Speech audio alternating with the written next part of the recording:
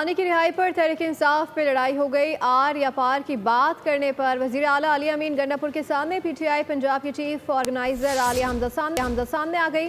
रिहाई तहरीक पर हैरत का इजहार कर दिया। दूसरी जानिब पार्टी के 5 मुनहरफ अरकान कौमी असम्बली को बाकायदा तौर पर पार्टी से निकाल दिया गया है। पानी की रिहाई, तहरीक इंसाफ में लड़ाई।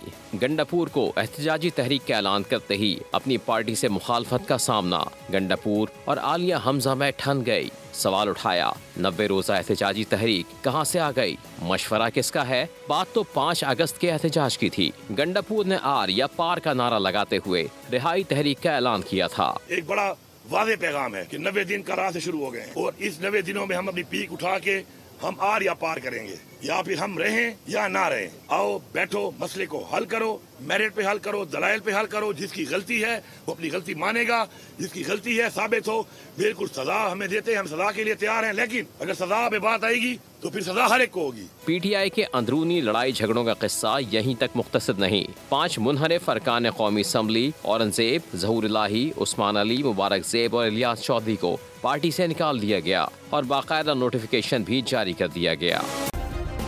सब्सक्राइब करें और बेल दबाएं ताकि कोई खबर रह न जाए।